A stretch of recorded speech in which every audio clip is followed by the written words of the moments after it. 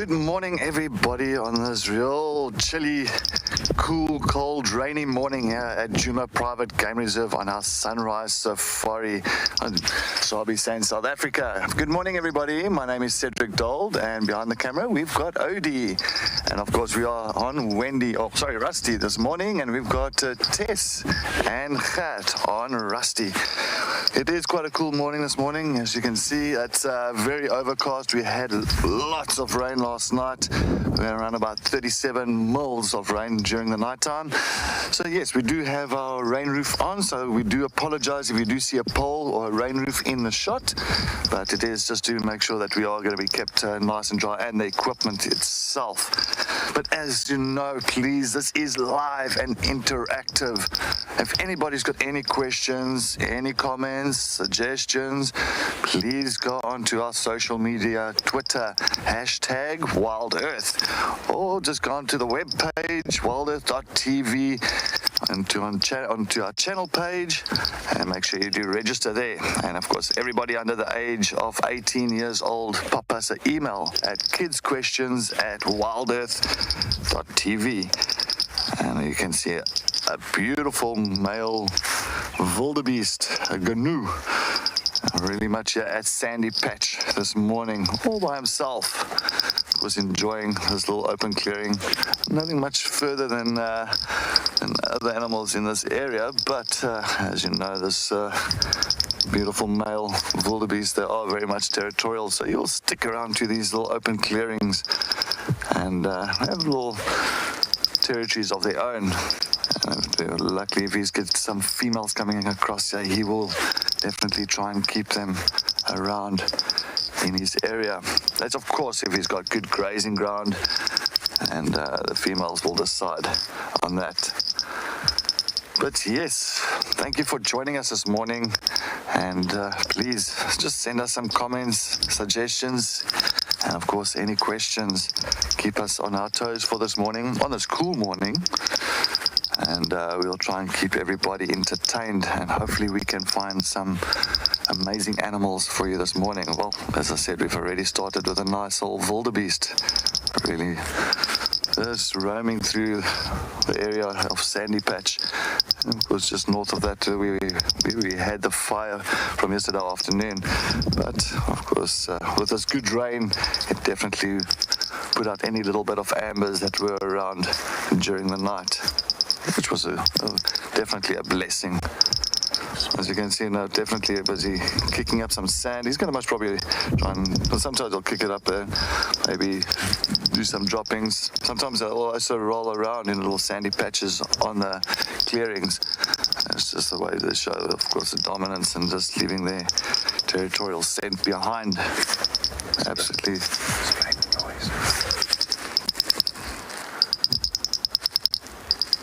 Yeah, no, yes, they are absolutely amazing. I get so many on the open clearings around in Kruger Park. But you also hear a lot of the clickings. Now, of course, that little clickings that you hear in the background, that is now the leaf folding frogs. So, of course, they're around these little pools at the moment, as you can see. Can't see them now at the moment. They are very small. But it is almost like we call it time sharing. So time sharing calling is when you got one calling, then one will call after that one has called, and sometimes you'll have several. The nicest one that displays a time sharing calling is of course your bubbling casinos. It almost sounds like it's a stereo that's happening around you, that each one will have its own time of calling and calling for its mate. But yeah, definitely frogging with this kind of rain is always a good thing. It really brings out some amazing little creatures. So I'm hoping that we can actually pick up on something fascinating. But let's listen to the frogs.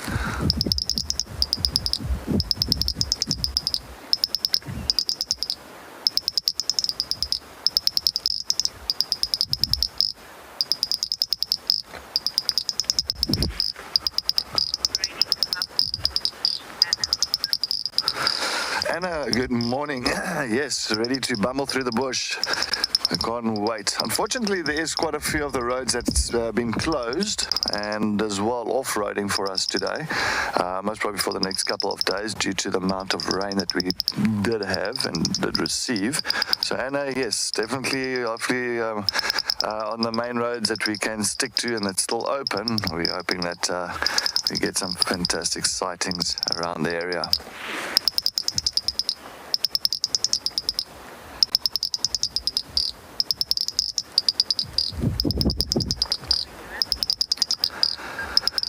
While we listen to these little frogs, let's see what the weather is like here at Djuma Private Game Reserve.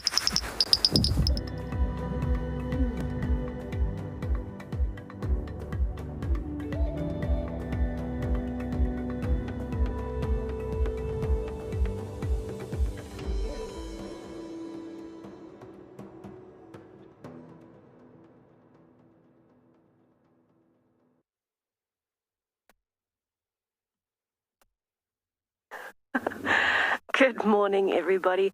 I have started my morning with some very playful hyena cubs. And it looks like they've been bouncing around all over each other and having a lot of fun looking for the adults. And in fact, we have had 4 adults here just in the last 5 minutes. My name is Tess. I'm going to be your guide on safari here for the morning. Behind the camera today is G. He is back from leave and we're very happy to have him back home. But we have started our morning with the hyenas. We have had Swazi, Corky, and Sutu, and we have had all the cubs out except for Swazi's. So these are 2 of the older cubs, possibly Intimas, possibly Corkies. We haven't seen Swazi's cub, but we've had Sutu chasing Heart and Ribbon's cubs around, and we've had Swazi walking up and down. We've had Corky kind of just standing around at the entrance, and we've had another hyena, but I can't quite put my finger on who it is because we've just seen a glimpse, but I think it was Ntima. And you can see these cubs are very playful. So the adults have been up and down. They are actually right here. We just can't see them at the moment, but we can hear them. They've just kind of moved off into the brush, and I'm thinking they're going to come back soon. Well, there you can hear them.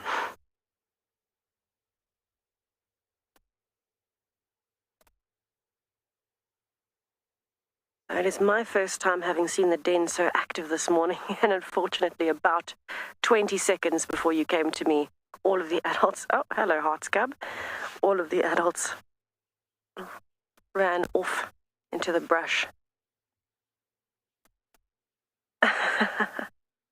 And you can see Heart's cub is not so happy about this situation. Now it seems like this morning all the cubs have been in the one den site, which is fascinating because previously the older cubs were split down to Ribbon's den site. Ribbon's 2 have actually run back to the other den site, but you can see Heart's cub has come back into this one. Now it might be a little bit far for you to hear the adults, but we can still hear them. So what I am going to do is spend just 2 more minutes here waiting for these ones to come back out. They have been very active this morning. And then I'm going to go down and check Ribbon's den site as well.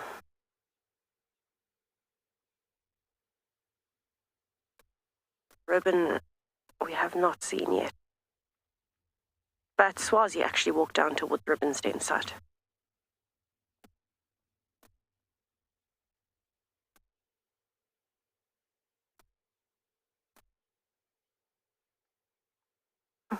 Heather, I feel exactly the same way this morning. It's so good to have an early hyena fix, and especially to see the cubs playing as the first thing, you know, it's unreal. Right, I'm giving it 30 more seconds here, and if these cubs haven't come back out, I'm going to head down towards Ribbon's den site because maybe they know intuitively that the adults have moved a little bit further off, and so then I'm not comfortable staying here if they're not comfortable coming out. A sign from nature.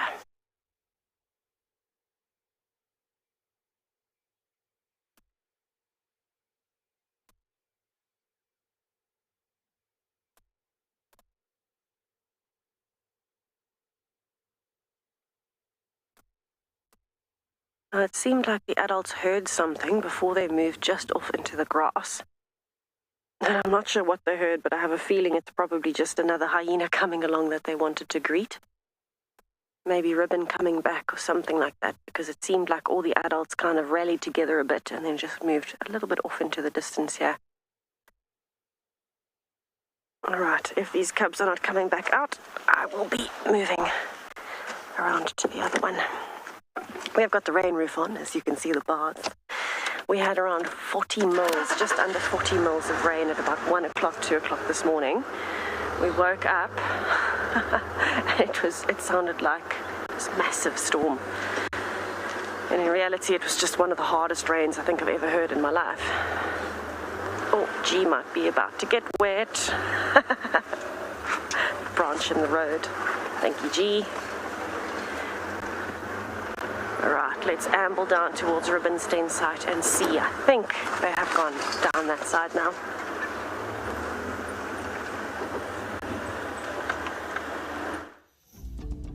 Here at WildEarth, we have added a range of new products and designs for the WildEarth shop. If you love being in nature, then we have a new range just for you. Our animal character line continues to grow, and this week we have incorporated a beautiful Tandy design to celebrate our favorite queen's life. April is Earth Day month, and investing in our planet is the message.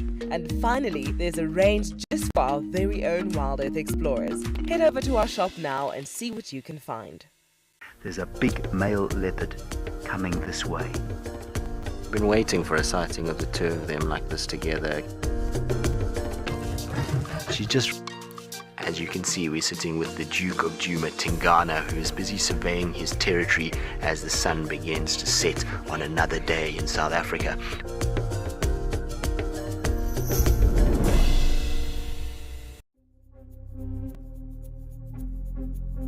This is just incredible. I've never seen a rock monitor versus a leopard before.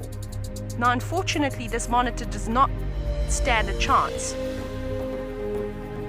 Oh, look at this. This is super exciting. Did you see that? Did you see how it used its tail? And you can see this leopard has had enough now. Hello, my name is Danelle. I am definitely 100% a water and ocean human. When I'm not spending my time above the surface, I'm definitely under the water. I also run a scuba diving company, so I do a lot of scuba dives, free dives. I surf in my time off. So definitely everything to do with the ocean, whether it's on top of the water or under the water. Penguins, they might look cute and cuddly, and they're one of the most adorable animals in the world, but they are total rock stars. They are built for speed, they are incredibly resilient, and they're also mean, lean, sardine-eating machines. WildEarth. I think it's such an important platform that we can use to share our conservation story with. Because a lot of the animals, especially our African penguins, they are endangered and they do need our help. It is up to us to make a change and get involved and helping people make that connection to nature.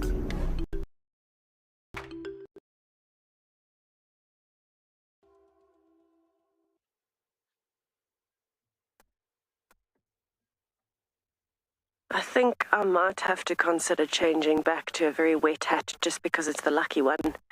As we arrived at Ribbon's part of the den site, we had some of the cubs here, we had some of the adults, and about 10, 15, 20 seconds ago, everybody disappeared. So we're looking at a very pretty den site. Ribbon chose well. Unfortunately, the cubs are somewhere in the bush behind us, and the adults went running off. Oh wait, we might have a cub coming back. Very potentially, let's give it a minute. The adults went running off behind the termite mound, behind the den, so we can't see them anymore, they're in the bush there. But you might have a cub coming in from that side, one of, oh no, it's coming back on the side, gee, one of Ribbon's cubs. I don't know if we'll get it, you can kind of just see it, hopefully walking through the back. I don't want to start with it so close to the vehicle, we're going to have to be patient.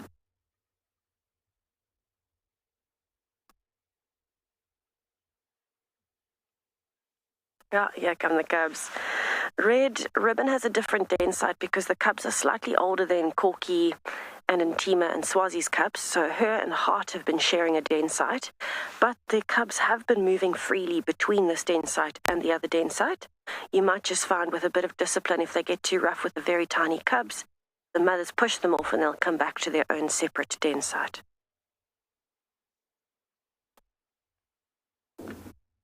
Now, I don't know if you could hear that. We could hear the very distinct sound of hyenas interacting. And And that's when these two cubs came running back over. They're listening very carefully, so the adults are just into the brush here.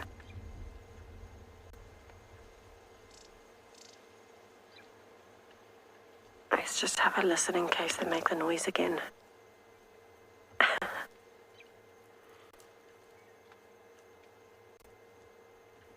I've been very impressed by how curious these little ones are.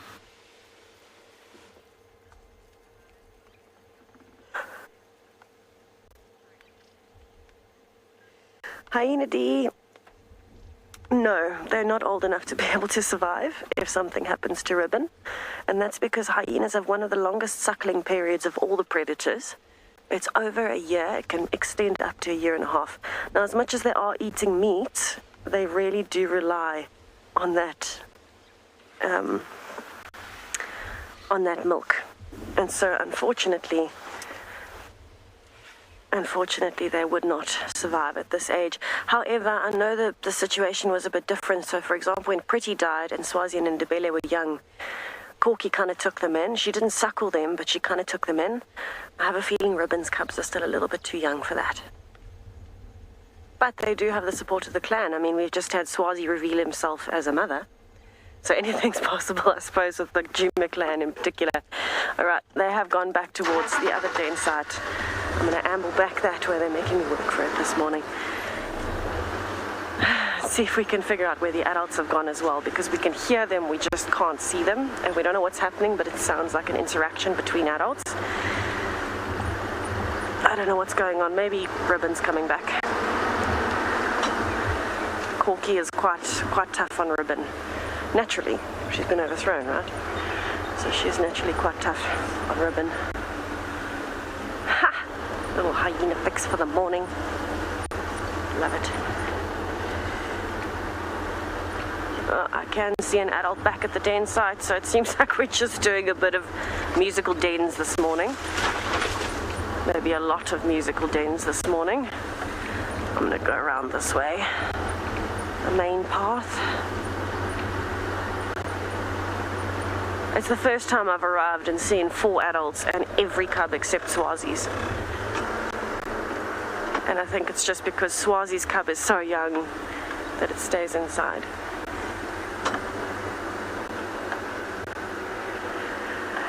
Bessie, no, not necessarily. Oh, Sutu's left. Okay, wait, but we've got Corky coming back. No, it wouldn't necessarily be lower ranked if it couldn't have cubs. It just means that, in essence, they might not reproduce and help towards the clan, but they're still a strong clan member. Also, a lot of the time, animals don't know when they can't have litters. They still go into a normal estrus cycle. They just don't happen to fall pregnant. Not too sure. Goodness gracious. Definitely eaten quite a bit. Miss Corky. I'm just going to give an update on the radio.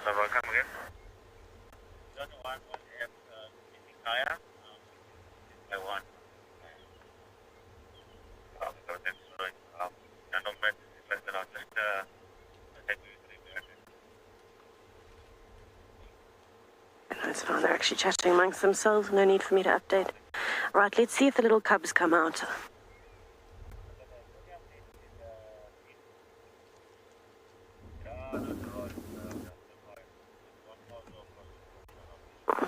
I wonder if they've eaten a whole buffalo again.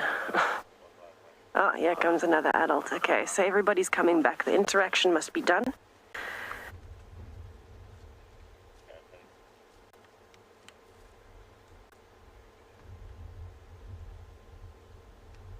Now, the hyena I saw here when we arrived was actually Sutu, and Sutu's gone back towards Taxon's Road and down towards Treehouse Dam.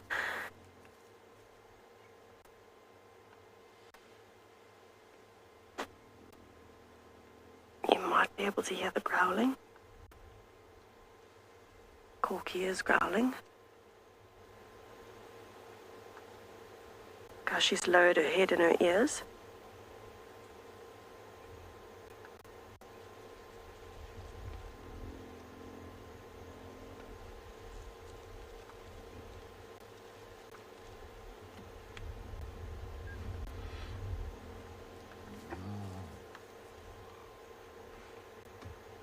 Ozzy doesn't seem too happy about the situation either. So Corky is at the entrance. Ozzy's just kind of standing off to the side.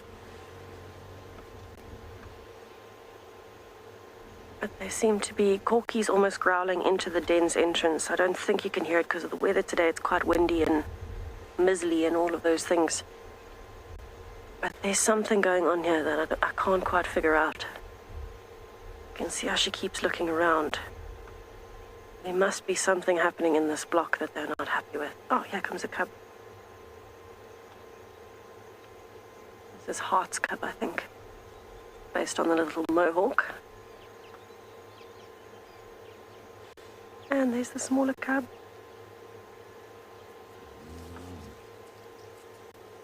That actually might be Ribbon's cub.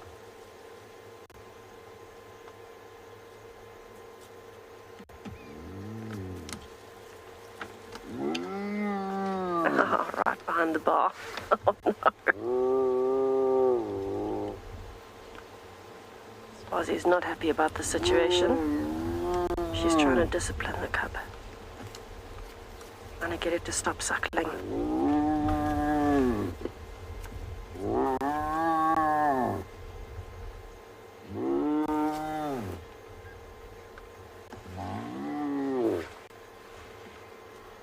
All the hyenas are coming back. Fantastic.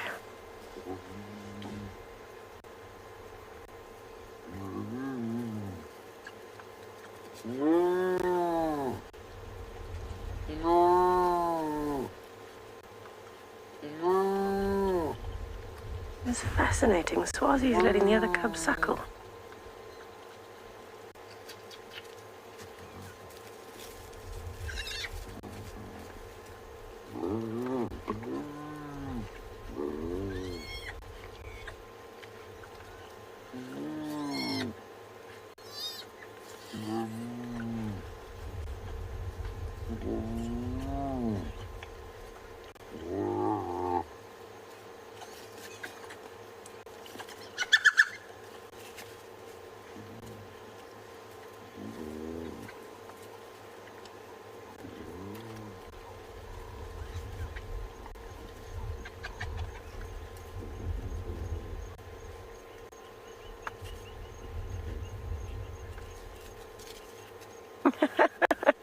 Vicky, it is quite a confusing situation, isn't it? They do indeed know who their mothers are, because you'll see the change almost immediately when their mother comes along. The excitement, they get that very cute little hyena excitement where they shake their little faces and kind of vibrate their faces into their mum. So they definitely know who their mothers are. They're just taking a fat chance by trying to suckle from everyone. But of course, the adults know better than anyone, don't they? That's why they will discipline the cubs as soon as they try and start suckling.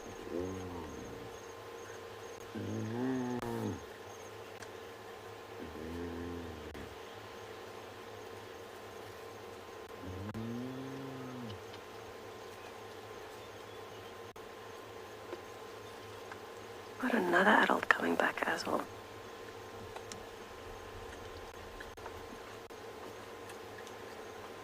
Oh my goodness, that cub is on its back, so this is teaching it part of the greeting ceremony. And here comes another adult. This is fascinating.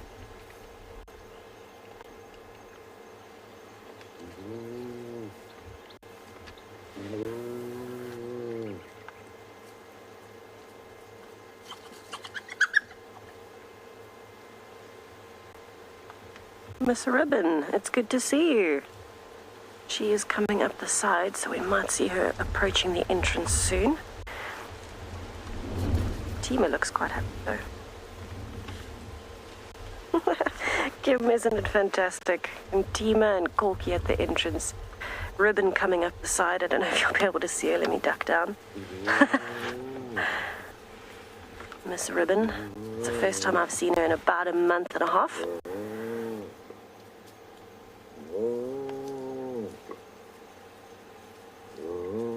Swazi was here. The only one missing is actually Heart.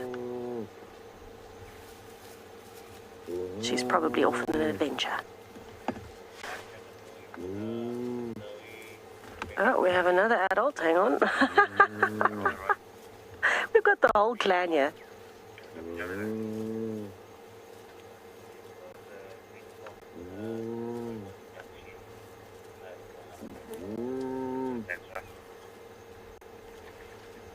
My goodness. What is going on? It's actually Corky being vocal at the moment, I think because Ribbon arrived. And I think that explains the interaction we didn't understand earlier with the adults moving off. I think Ribbon arrived and they weren't so happy.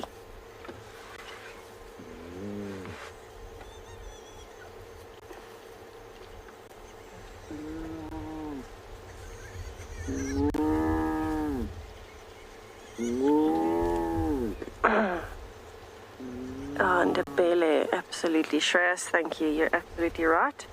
Ndebele and Corky at the entrance. Thank you. I can't believe how many different clan members we are seeing here today. I'm just going to give an update on the radio quickly. There is someone else that wants to come in and have a look too. Station on standby for the Misikaya. You can make your way. We still have 4 adults and most of them on one. If you want to come in, and I'll come back in later. Thank you.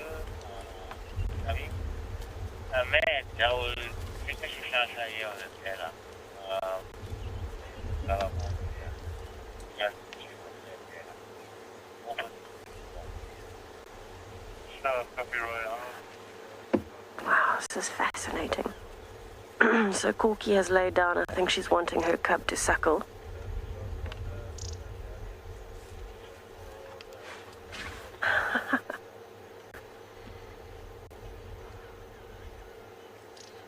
Look at that little fluffy body.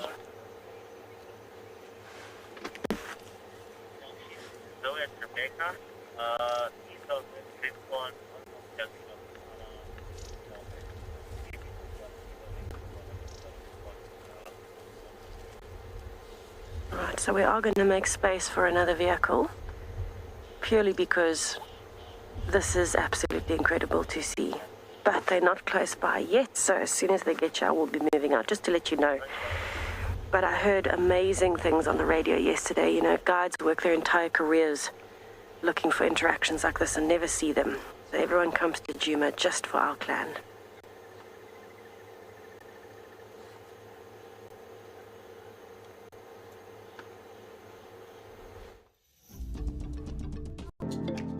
My favorite thing about WildEarth are the animals and the interaction and the ability to wait and watch and not rush off.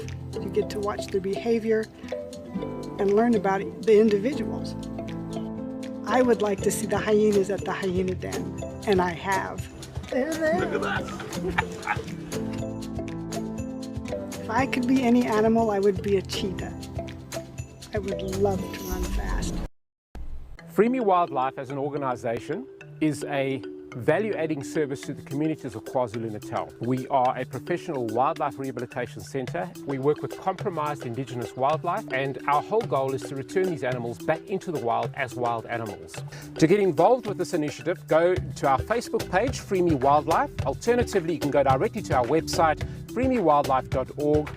We hope you get involved, and thank you so much for your care and support out there.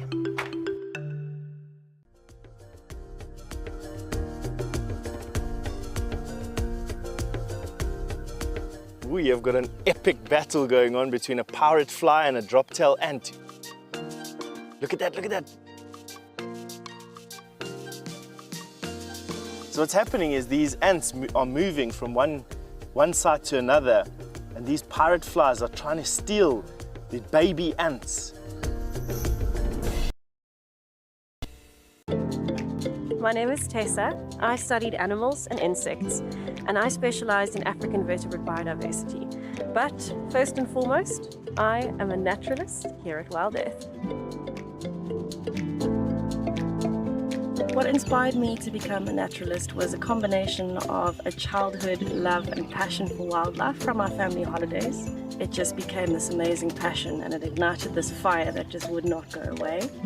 To me, the skills that a naturalist should have would be that passion, making sure that you know why you've got that passion and keeping it going no matter what. The determination to never give up, because it's not the easiest place to be, but I can tell you in my experience it's the best place to be with the biggest differences that you can make. If I could be any animal, I think I would be a leopard.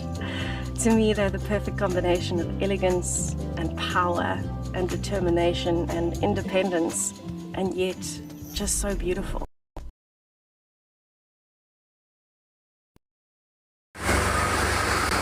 Yes, just I'm thinking now, going up to, because nobody drives Zoe's at the moment. I can see it's how the rain has flattened the road and all that. So I'm going up a little bit north, and maybe we're lucky with. I know that we have buffalo tracks coming down into this area, so I just want to see maybe we are lucky with a buffalo or two around this side.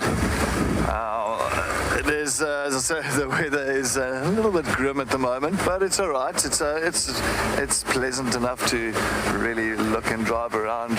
So, but it's fine. It's never a bad thing.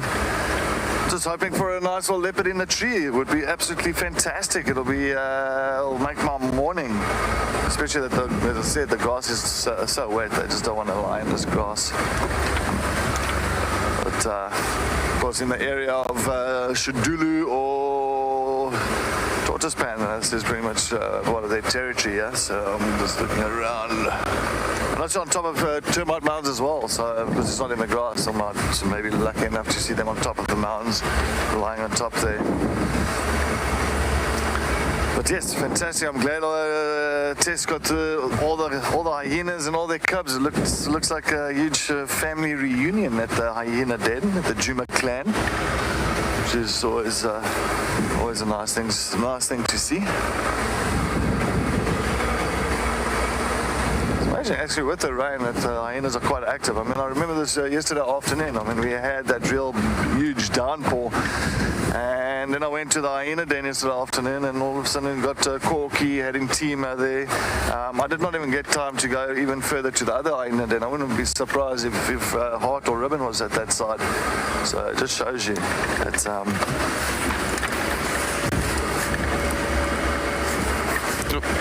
my earpiece out there.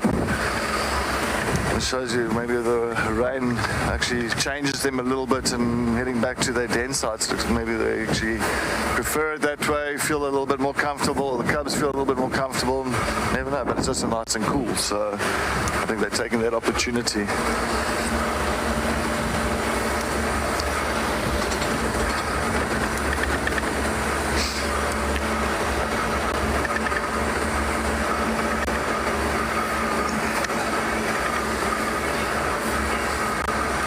Gary, good morning, or good afternoon, good evening. Thanks for joining us, Gary. Question, yes, well, do we think we'll still see some insects this time of the year after the rain? I think so, definitely, Gary. I'm sure those insects are still around, maybe even more so again, because the rain sometimes encourages a lot of insects, especially once it starts drying up after a good rain. You'll start seeing them fluttering around again. So, but not as, of course, it won't be like normal summertime where you get plentiful insects around. But yes, there's still this time of the year, definitely, Gary. I mean, I still see, now and again, I still see some of the swallows still flying about. So that's also very much a good indicator that there is still some food around, some insects. And of course, a lot of the swallows are moving further north.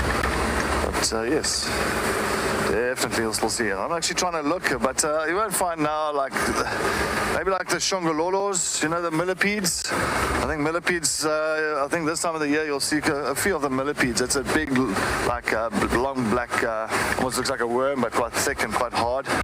So you'll see a few of them around still at this time of the year.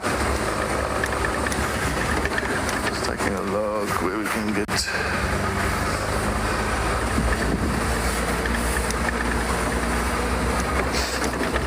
Now those tracks of those buffaloes are coming out towards this big green thorn that's in front of us now.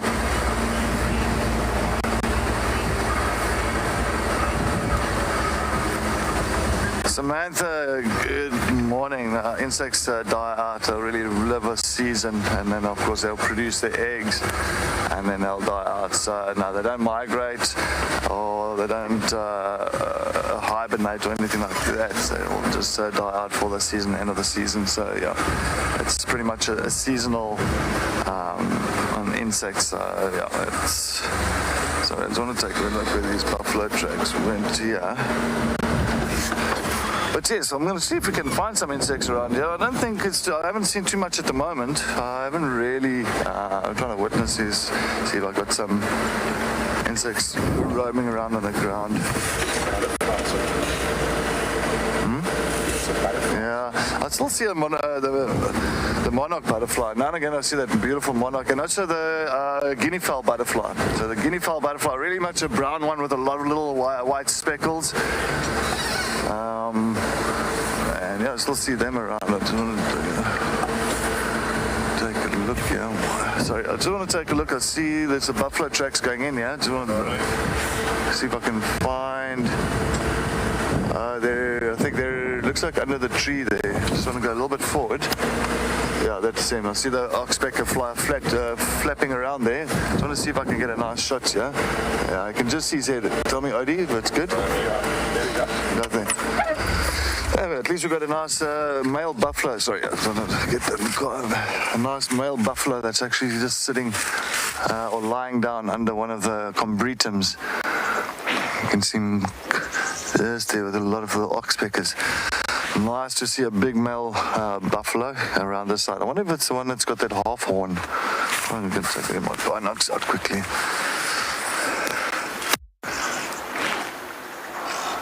You can see it directly trying to chase those oxpeckers off him at the moment. The red-billed oxpeckers, those birds that really sit on them and eating all the parasites.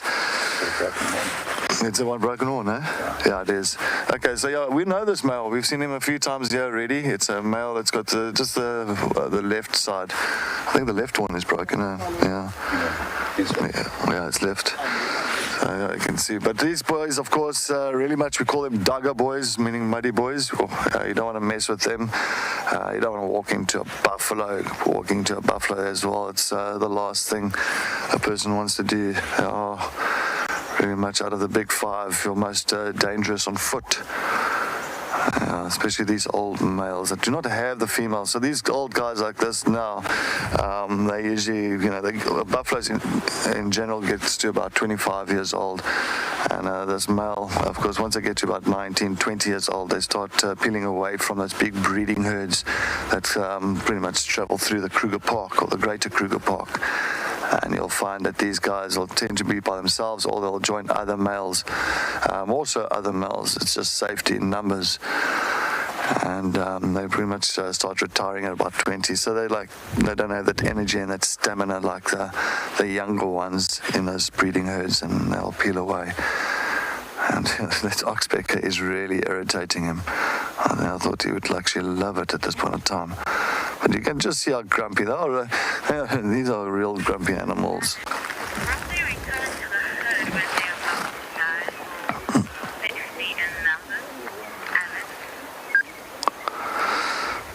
Alice, good morning. Welcome to our Sunrise Drive. Would they die if they're not in safety numbers? Would they return to the herd? Will they return to the herds once they get old, once they retire? Will they return back to the herds just for safety numbers? Well, that's not really. They'll find sometimes if those herds do come through here, you'll have more dominant males. Remember, there is dominant males in those big breeding herds. If they do come through those herds, the male will, of course, going to show interest. It's just all normal instinct. And but on top of that, he will not continue. He'll try maybe to move a little bit with them, but the dominant males, the dominant bulls in those breeding herds will pretty much show their dominance, and they will not allow him really to push further. But then, of course, like these old males, and they'll just tend to then just once again peel off or stay back and stay in the area which they know best. And I know there's nice wallowing areas, nice water holes. And I know this male has been around here on Djuma Private Game Reserve for quite some time, Odie. When first did you see this guy? I remember him on bushwalk. He used to sit on my pass when we were bushwalking. Okay, so And watch us be. it just shows you. I mean, that's about 2-3 years ago. Yeah, I see that 2-3 years ago. So it just shows you he's staying there. So even, I mean, during those 2-3 years, I mean, there has been big breeding herds coming through. And so, of course, he did not follow, and he just still remained behind. And it's just perfect for him.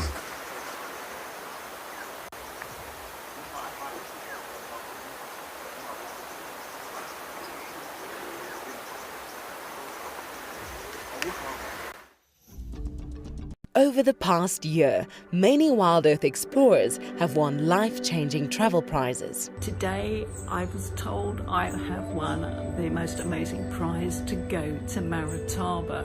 Oh, I can't believe it. I am most excited to meet some of the guides. The animals, the birds, and everything else it has to offer. We can't wait to go. I would love to take my little grandson up with me on this experience to Funda. WildEarth has brought so much to my life, and I am thrilled and grateful to have this opportunity. Thank you for giving me this opportunity to visit. Thank you very much for this amazing prize, WildEarth. Sign up to be an explorer today and you will be entered into a monthly draw which could see you jetting off to a dream location in 2022. WildEarth Explorers, it's in your nature. I think there's just so many wonderful things about elephants, and because they've got large space requirements, when you're conserving elephants, you're automatically conserving all the other smaller species that share the landscape with it. In 1996, my mother and I started drawing individual elephant ear patterns, so that's the margin of the ears. Elephants Alive is a South African-based NGO that conducts research on elephants and works where elephants go. Elephants have taken us from South Africa to Zimbabwe, Mozambique, and Eswatini as they forge vital corridors connecting protected areas at landscape level. We've been going for 25 years, collaring elephants, developing individual elephant IDs, and we've also got a really big project where we protect large trees from elephant impact. And then we've also got various community outreach.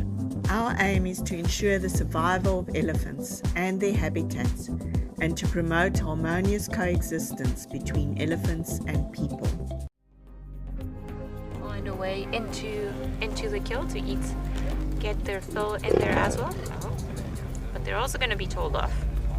See, lions are not great at sharing their food.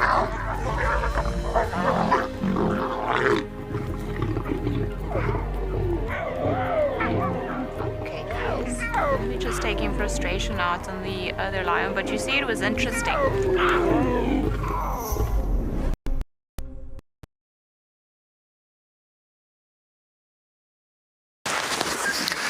Welcome back. We're still sitting with this big male buffalo, of course Cape buffalo, really much by himself, which is a little bit, I'm going to say, not wise. I mean, if a nice pride of lions do come through here, well, that will definitely target him.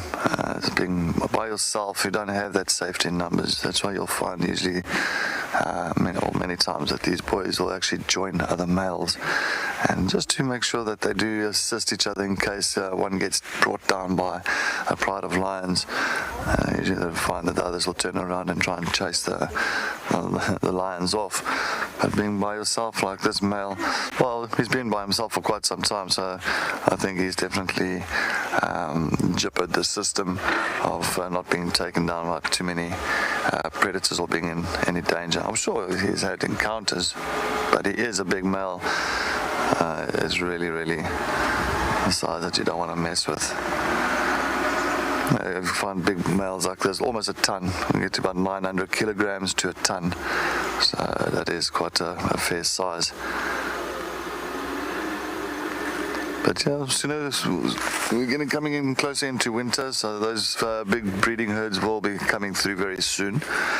As soon as, of course, the grazing areas further out where those big breeding herds are hanging around, once they pretty much utilized most of that grazing areas, they'll start moving into areas like this. And especially now that a good thing about that fire that happened yesterday, that fire, of course, it encourages now, especially with this rain as well, encourages the nice young green shoots and grasses to start coming through. And once that starts happening, it encourages, of course, a lot of grazers coming through this area. You know, buffalo, zebra, even wildebeest, things like that. So sometimes those natural fires is a blessing in disguise. But and it helps for these grazers to really get nice young grasses and nice green grasses around here.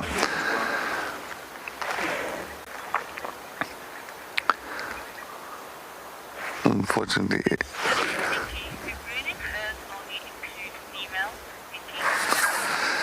Nikki, good afternoon, good morning, good evening. Thank you for joining us. Thanks for watching Wild Earth. Do breeding herds only include females? Now, breeding herds, of course, it's males and females, and of course the calves. So when I say breeding herd, it's very much those big herds that come through, and with the males also in there, so we'll have like a dominance, like a pecking order. So you'll have quite a few males. It depends on how big the herd is. Some of these herds can get up to 500-600 in a herd. And I've seen huge herds come in this area, and in those herds you'll have numerous amounts of males and of course females, and you'll find the males will have not like a hierarchy, but there will be dominant males in those big breeding herds. Why I say breeding herds is because those herds are the ones where of course the males are breeding with females, and they'll stick together. And when they do move through those areas, you'll definitely get those big boys lagging behind. We call them stragglers, lagging behind sometimes those big herds. And then you get the pathfinders. Sometimes it'll be old females and a couple of old males. Or not old males, but a couple of dominant males that'll also be in front.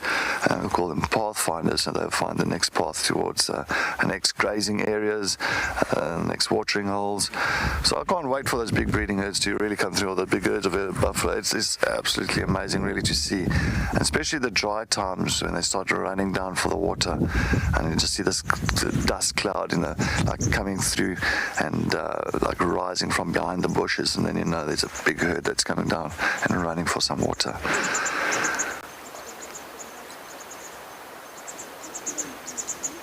And he's got like a half a tail though. Yeah. The tip of his tail has been removed somehow. No idea. Oh, he's going to go lie down again. I think those oxpeckers are really loving him. And he's not loving them. Well, I think he doesn't want them close to his head area. I think he doesn't mind them on the body, but I think the head, it just seems like he's chasing them off every time. Unfortunately, we cannot go off-roading due to the fact of the amount of rain that we did have. So, of course, the ground is very saturated now at this point of time, so we do have to just remain on the road. But luckily, we still got good, fantastic cameras that can zoom in quite well.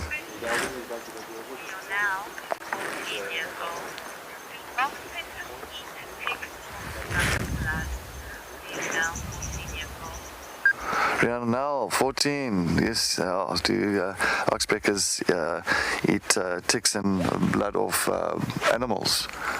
Do they eat ticks or do they suck the blood? Do they eat ticks or do they suck? Well, Danelle, there's two things called hemophagia. Now, hemophagia is a term where, of course, an animal pretty much getting a certain protein from blood, and that's oxpeckers. They do, of course, if there is an open wound on a buffalo, they would pretty much drink a little bit of if there's any blood remaining on that wound, they will drink a little bit of blood. They'll actually pick on the scabs itself. Of course, that's pretty much the placenta. And then, of course, you'll find that the ticks, they will feed on the ticks. So they do both. So we'll feed on the ticks and clean the buffalo or any animal and getting rid of any parasites. And then, of course, they will pretty much, if there's blood around on the wounds, they will drink and feed on that blood. The hemo, of course, blood, hemophagia. That's something that will live off and get a certain protein from that specific, all that blood, of course. But yeah, these oxpeckers around here, especially when those big herds come through here.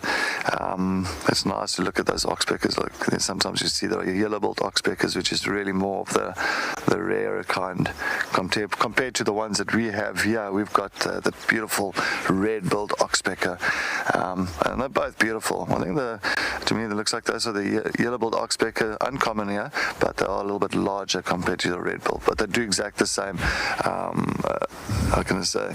Same thing. They'll also really feed on the parasites, and as well they comb through the hair or the fur of the animals, and sometimes for nesting material. They will sometimes pick the fur off the animals to use it as nesting material.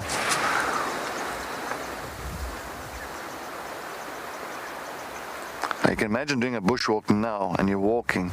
So now this is a clear indicator. So you hear those oxpeckers in the background. You hear that typical oxpecker calls. And if you do walk through the bush and you don't see that buffalo itself, now I'm hearing that oxpeckers, then now all of a sudden I'm going to be on alert. There is an indicator, of course, from the oxpeckers itself that there is an animal in the vicinity. So of course at that point of time, what you'll usually do is you'll become more aware and start looking around and seeing where those oxpeckers are landing and where they're going down. And then before that animal sees you, at least you can pick up on where that buffalo is lying. So always a good thing to remember to use with bushwalks. Always a good indicator.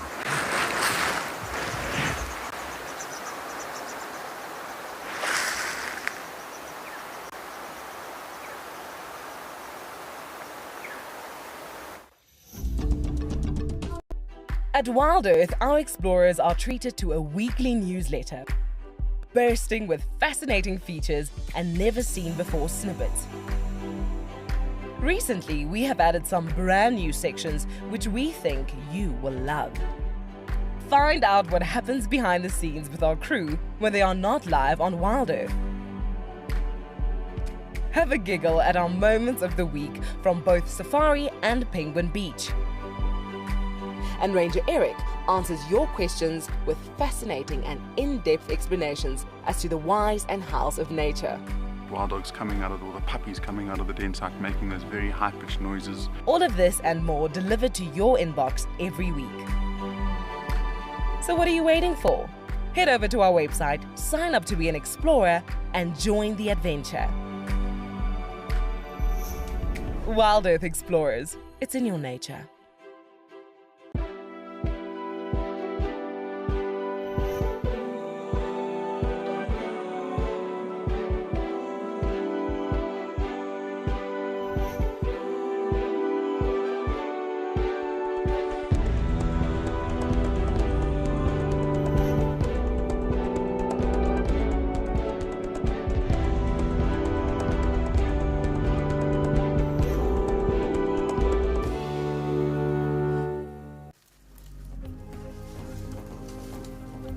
My heart rate has gone up slightly. In fact, it's gone up quite a lot. This elephant is now 2 meters from us. Okay, we might have to move here. No? Yes. Sorry, my friend, but you're about to push that onto the car. You see how cross he was that we didn't want to watch him push the tree over. That's why we moved. For me, my favorite animal has been a leopard since I was a little boy, and being able to actually photograph them out here in the wild has been a dream of mine ever since. So really, really happy to be back on Ngala, catch up with all the animals that, I've followed around for 8 years already. Watch them grow, watch them through their triumphs, their victories, their losses, mourn with them. It's been absolutely phenomenal.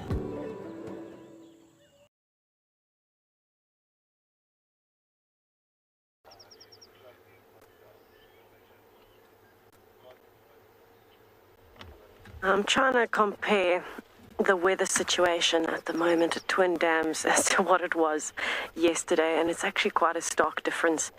We had those clear blue skies before our massive lightning storm and then a really big rain. And of course today, overcast, a bit gloomy looking, but quite beautiful. Now, G and I were just chatting, saying we actually really prefer the colder weather. It's not great when it's all wet, but at the moment it's not raining. It's just kind of a light mizzle every now and then. So we're dry and we're warm.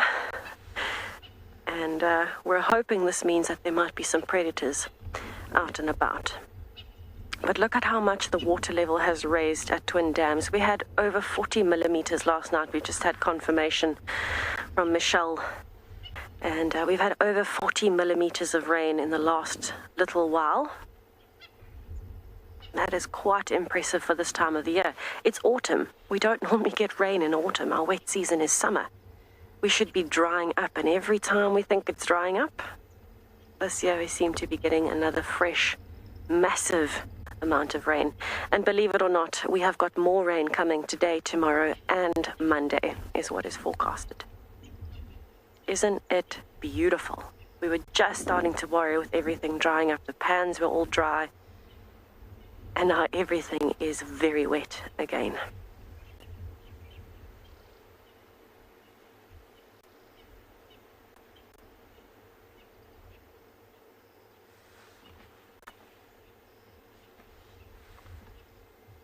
We have got a pied kingfisher.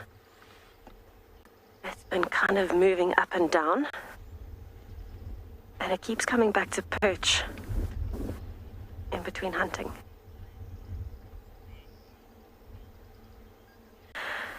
I hope I'm getting this name right. I don't know if it was Gail or Bill, but yes, absolutely. I think we can try and find a giant land snail today. It is the perfect day for it. Anytime after the rain, we've got a higher chance of finding snails, pangolins, aardvarks, honey badgers, a whole variety of animals, because the rain brings out the insects, and the insects are very good food sources, especially termites. So anything that eats termites is a good idea. Obviously, snails don't, but I think we might find some on the roads today. So I will do my best. Now, what is fascinating is we also haven't heard many frogs calling recently, and now we can hear them again. A little bit of water and everything comes back to life. But let's just watch this kingfisher for a bit, our first predator for the morning, other than the hyenas. And there it comes back again. If you listen carefully, you can hear it calling as it comes back, a very high-pitched squeak.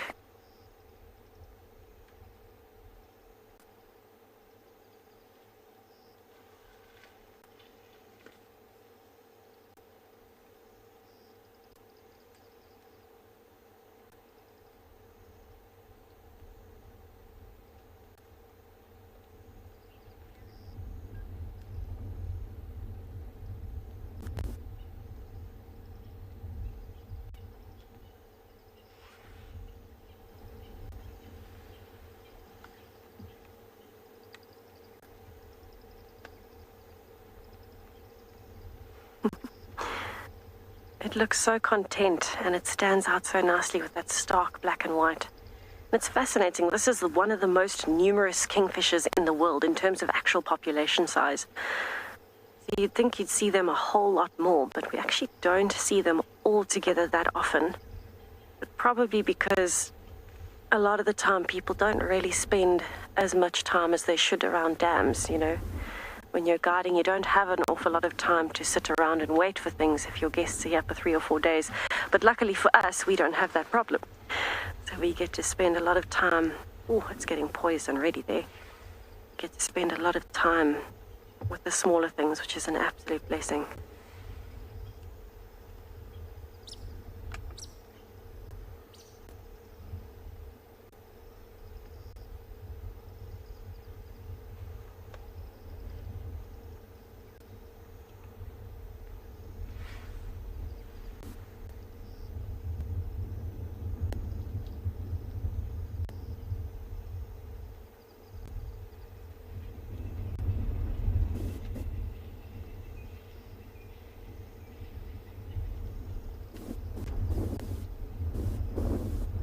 Oh, I'm sure you can hear the wind picking up.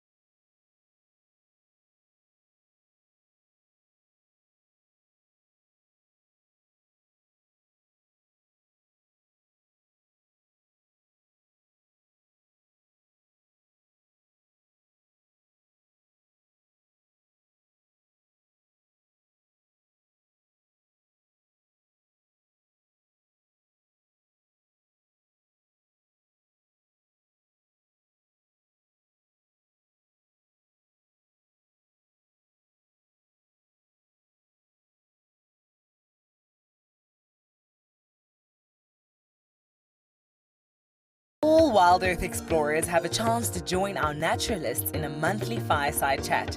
This is a great way to learn more about our guides, animal characters, and wildlife locations. We would love to hear from you as to the topics that interest you the most. Email us your ideas or tweet using the hashtag WildEarth, and we will be sure to take them into account when planning our evenings around the fire in the future. WildEarth explorers, it's in your nature.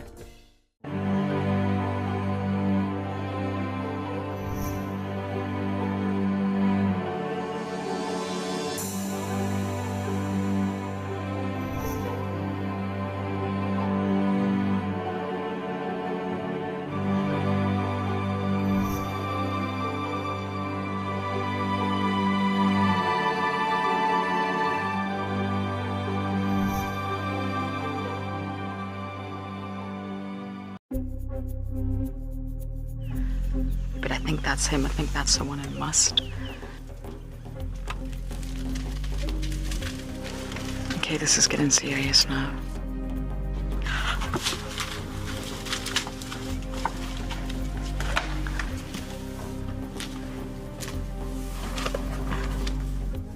I knew there was going to be trouble.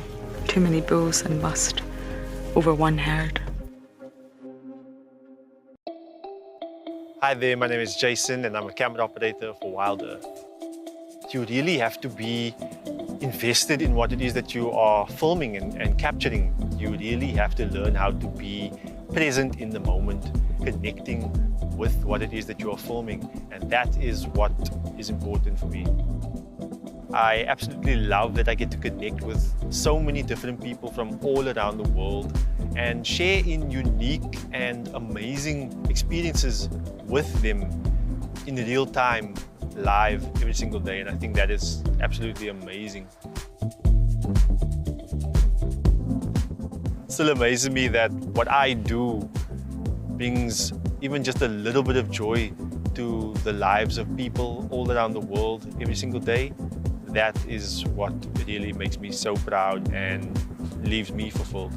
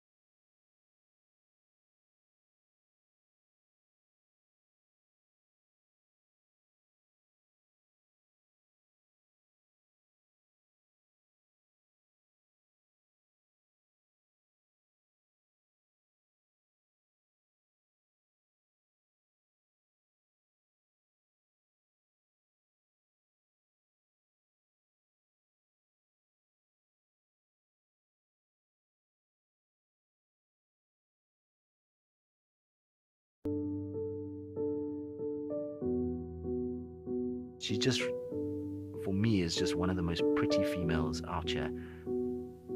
But look at those eyes. She's always got a look of fire to her, doesn't she? There comes Danelle. But look at that belly now. Earlier I was saying that she's looking like she's pregnant, but look at that tummy. It is definitely swelling, and I'm sure she is pregnant. Tandy, you beauty, you've done so well. Here we go, everyone. You're a good mom, I know that. Tandy and her little cubs. The big male baboon's chasing her. Oh, there's one little cub. Run, little cub.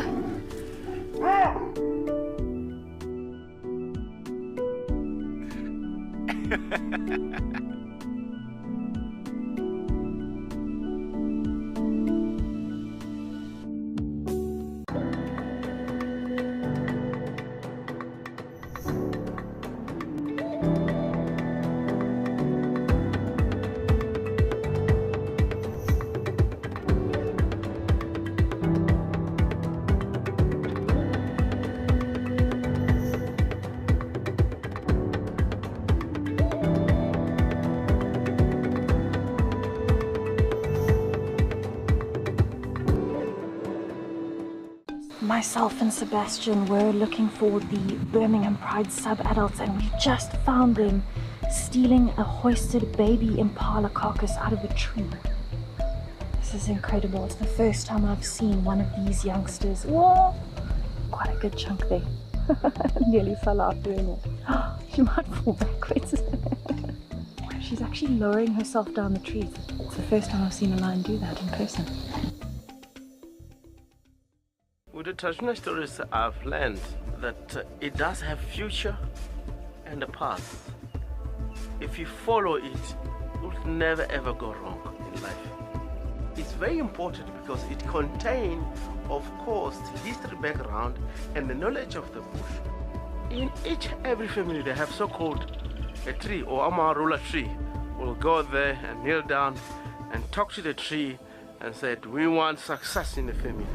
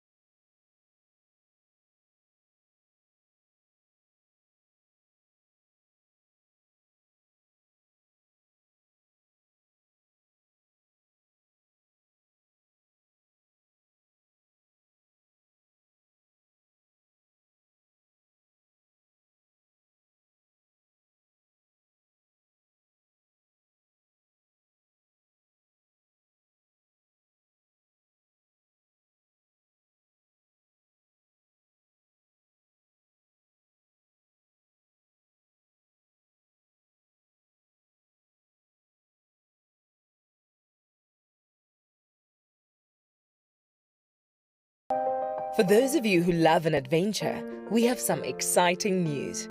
A few places have become available for our Djuma expeditions this year. We're here for about 5 days and we're having the most amazing time. Well, I must tell you, the stampede at the dam camp today was fantastic. We're having a fabulous time and it's really been magnificent so far. Thank you. To come with somebody with Tristan's knowledge was just an extra bonus. Hosted by some of our best WildEarth guides, these expeditions offer an intimate group experience where you can watch the Safari Live crew in action and enjoy nature at its best. Africa is beautiful and has stolen my heart, and I hope to come back for many trips. If you are interested, hurry over to our website for more details. WildEarth Expeditions. Travel with purpose.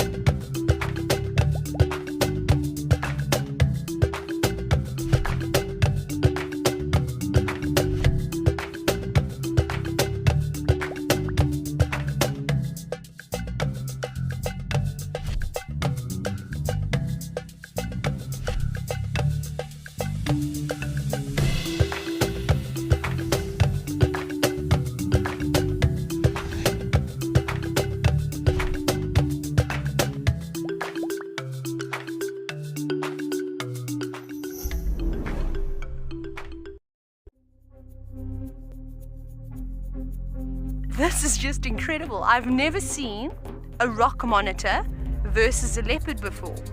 Now, unfortunately, this monitor does not stand a chance. Oh, look at this. This is super exciting. Did you see that? Did you see how it used its tail? So you can see this leopard has had enough now.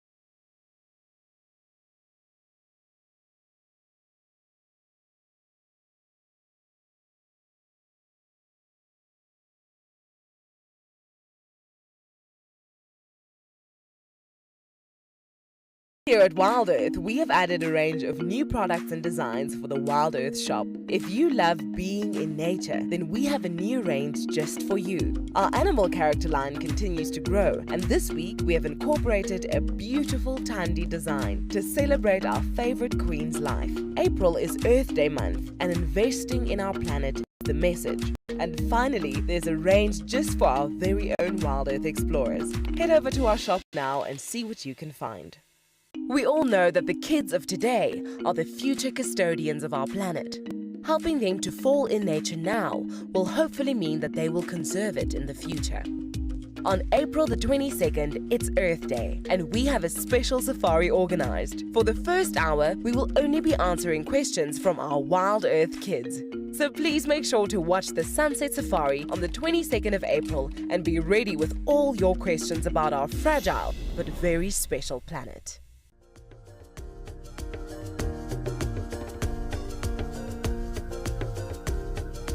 We have got an epic battle going on between a pirate fly and a drop-tail ant. Look at that, look at that. So what's happening is these ants are moving from one side to another, and these pirate flies are trying to steal the baby ants. Hello, my name is Byron Loebscher and I am a naturalist on the Penguin Beach Show based down at Stony Point in Betty's Bay.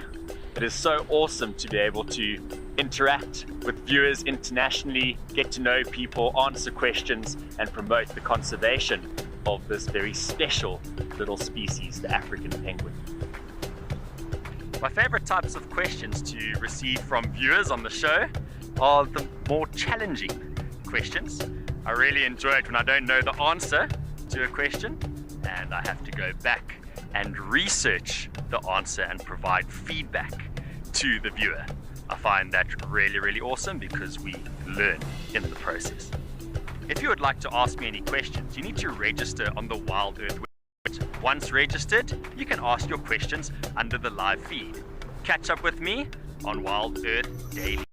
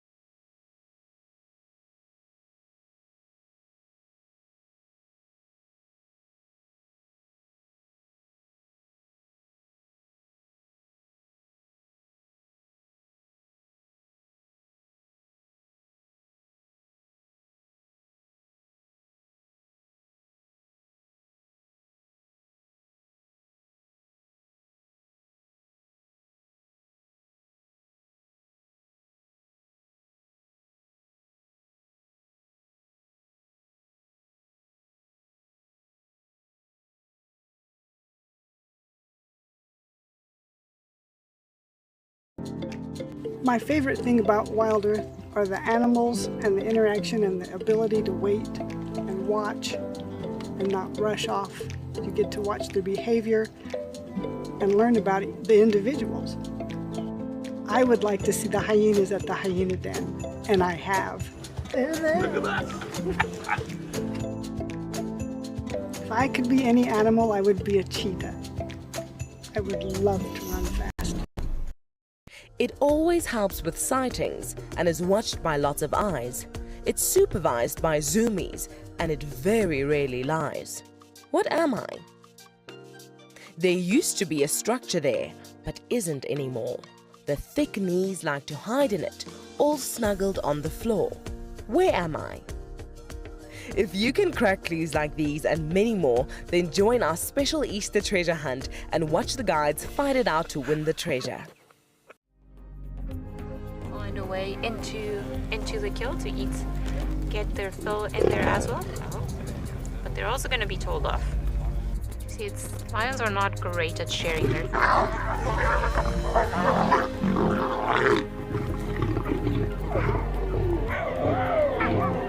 Okay, guys. Let me just taking frustration out on the other lion, but you see, it was interesting. The unique thing in Djuma here, it's all about the characters that are within the property of Djuma and able to follow them and all know the information of all these species. And I don't want to forget the structured communication of the management of Djuma, from directors all the way down to the bottom. What made me choose Djuma, of course, is an involvement of the landowners in the entire community. Djuma play a very good role in the local communities. They have bursaries for children. They help schools building classes. They help community in general with water service, and also help people with delivery of food and clothes for the old people in the local communities. And I've been involved myself. Djuma involved me on this. I'm the eyewitness. I was one of the facilitators.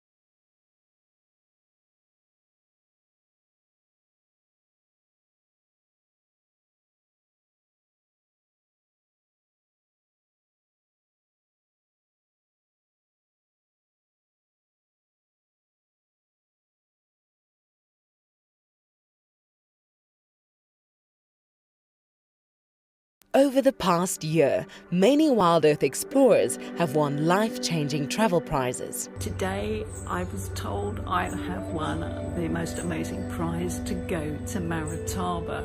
Oh, I can't believe it. I am most excited to meet some of the guides. The animals, the birds, and everything else it has to offer. We can't wait to go. I would love to take my little grandson up with me on this experience to Funda. WildEarth has brought so much to my life, and I am thrilled and grateful to have this opportunity. Thank you for giving me this opportunity to visit. Thank you very much for this amazing prize, WildEarth. Sign up to be an explorer today and you will be entered into a monthly draw which could see you jetting off to a dream location in 2022. WildEarth Explorers, it's in your nature.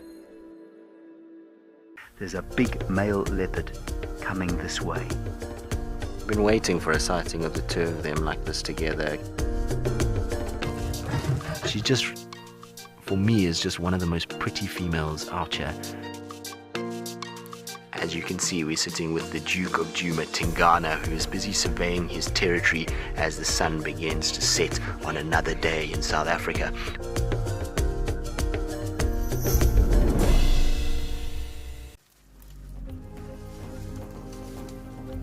My heart rate has gone up slightly. In fact, it's gone up quite a lot. This elephant is now 2 meters from us. Okay, we might have to move here. No? Yes.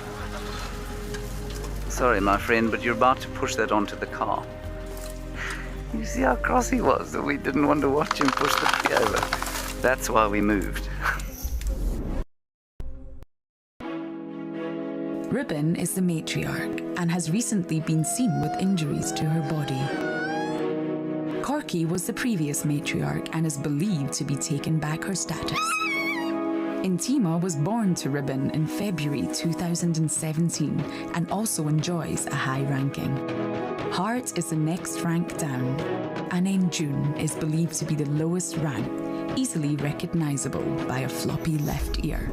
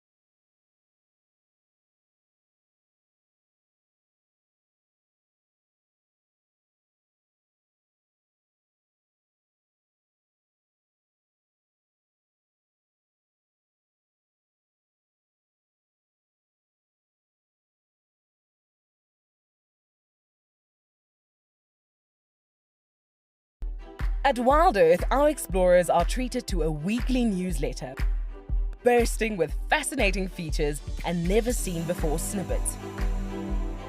Recently, we have added some brand new sections which we think you will love. Find out what happens behind the scenes with our crew when they are not live on WildEarth. Have a giggle at our moments of the week from both Safari and Penguin Beach.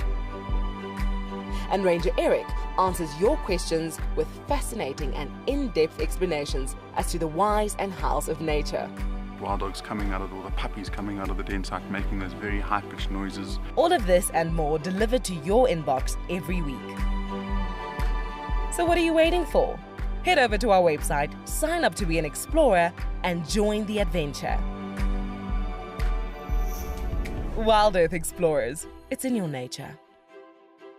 Free Me Wildlife as an organisation is a value-adding service to the communities of KwaZulu-Natal. We are a professional wildlife rehabilitation centre. We work with compromised Indigenous wildlife, and our whole goal is to return these animals back into the wild as wild animals. To get involved with this initiative, go to our Facebook page, Free Me Wildlife. Alternatively, you can go directly to our website, freemewildlife.org. We hope you get involved, and thank you so much for your care and support out there.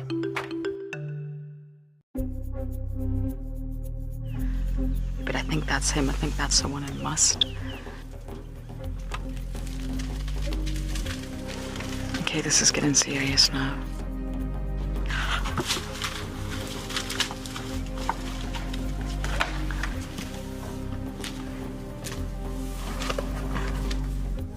I knew there was going to be trouble. Too many bulls and must over one herd. 3 brothers named the Avoca males arrived in Djuma in 2018. This area had recently been vacated by the Birmingham boys. In 2019, they were seen mating with females from both prides and went on to sire cubs with them. The most recognizable lion in this coalition is Darkmane. Aside from the dark mane that gave him his name, he can be recognized by a distinctive limp.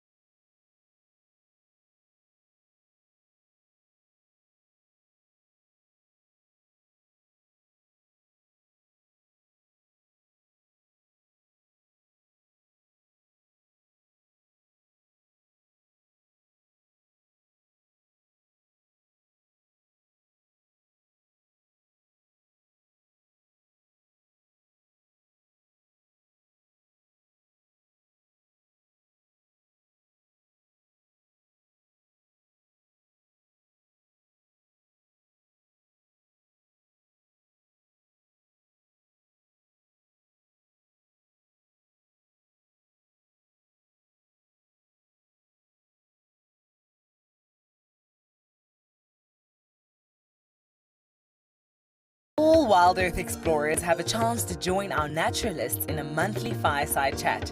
This is a great way to learn more about our guides, animal characters, and wildlife locations.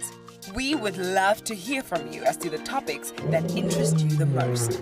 Email us your ideas or tweet using the hashtag WildEarth, and we will be sure to take them into account when planning our evenings around the fire in the future.